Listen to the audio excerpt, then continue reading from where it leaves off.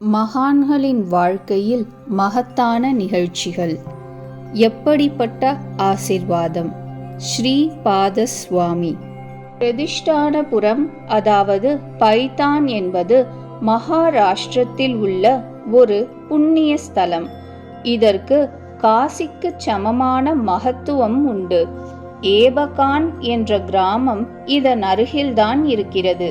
இந்த கிராமத்திற்கு ஆபஸ்தம்ப க்ஷேத்திரம் என்றும் பெயர். கோதாவரி நதிக்கரையில் அமைந்துள்ள இந்த அழகிய கிராமத்தில்தான் திரையம்பக் பந்த் என்பவரின் மகனான கோவிந்த் பந்த் வாழ்ந்து வந்தார். யாத்திரைக்காக வரும்பொழுது கோரக்நாத்தின் முக்கிய சீடரான கஹினிநாத் அந்த கிராமத்திற்கு வந்தார். அவருடைய ஆசியால் கோவிந்த் பந்திற்கு ஒரு மகன் பிறந்தான். அக்குழந்தைக்கு விட்டல் என்று பெயரிட்டார்கள். விட்டல் பந்த் தெய்வ பக்தி மிகுந்த புத்திசாலி குழந்தை. சிறந்த கல்விமான் ஆனபின் விட்டல் பந்த் ஒரு முறை தீர்த்த யாத்திரைக்கு கிளம்பினார். வழியில் சித்தேஸ்வர் என்கின்ற சித்தோபந்தை ஆலந்தியில் சந்தித்தார். சித்தோபந்த் நல்ல செல்வந்தர். அவருக்கு திருமண வயதில் ருக்மிணி என்று ஒரு பெண் பிள்ளை இருந்தாள். பண்டரிநாதன் ஒரு நாள் அவர் கனவில் அறிவுறுத்தியபடி அவர் தன் மகளை விட்டல் பந்திற்கு மணம் முடித்து வைத்தார்.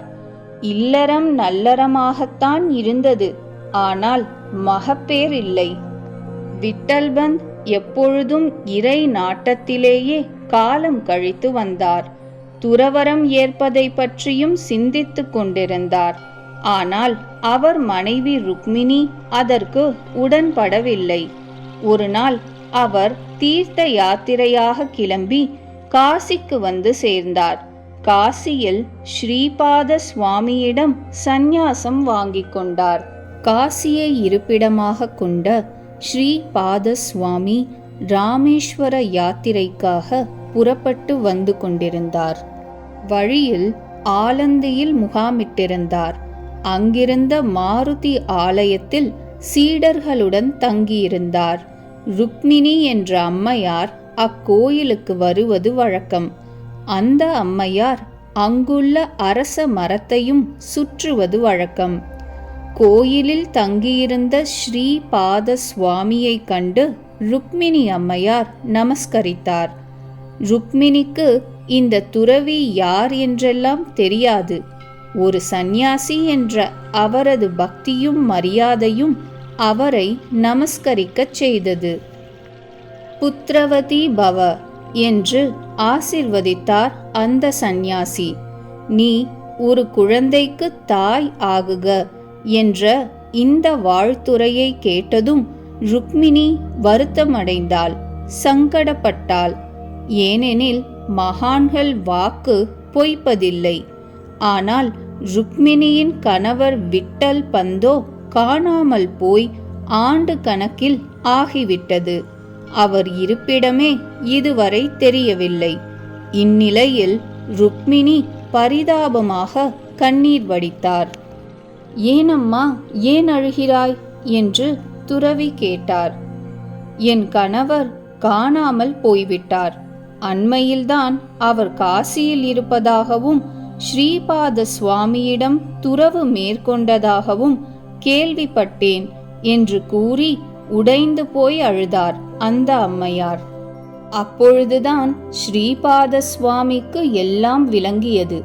அண்மையில் அவரிடம் சந்நியாசம் வாங்கிய சைத்தன்யர்தான் ருக்மிணியின் கணவர் என்பது தெரிந்தது. தனக்கு எந்த சொந்த பந்தமும் இல்லை என்று சொல்லி சைத்தன்யர் என்ற விட்டல் பந்த் துறவு மேற்கொண்டிருந்தார். அம்மா, கவலைப்படாதே, நான் விசாரிக்கிறேன் என்று கூறினார் ஸ்ரீபாத சுவாமி. ஸ்ரீபாத சுவாமி ருக்மிணியின் விஷயம் கேள்விப்பட்டு காசிக்கு திரும்பியதும் முதல் வேலையாக சைத்தன்யரை கூப்பிட்டு உண்மையை கூறுமாறு வற்புறுத்தினார். சைத்தன்யரும் தாம் குடும்ப வாழ்க்கையை விரும்பவில்லை என்றும், ஆனால் தனக்கு மனைவி இருப்பது உண்மை என்றும் தன் சந்நியாசத்தை அவள் விரும்பவில்லை என்றும் தெரிவித்தார். தான் செய்த குற்றத்திற்காக மன்னிப்பும் வேண்டினார்.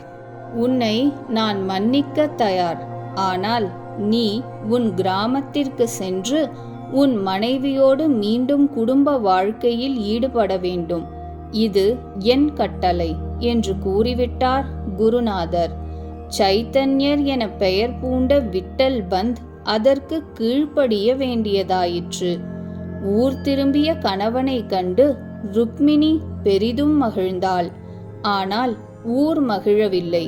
சந்நியாசி எப்படி மீண்டும் குடும்ப வாழ்க்கைக்கு வரலாம் என்று அனைவரும் பரிகசித்தனர், ஏசினர், கொடுஞ்சொல் பேசினர்.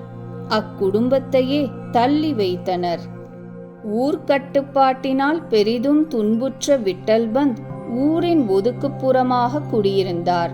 நாளடைவில் அவர்களுக்கு 4 குழந்தைகள் பிறந்தன.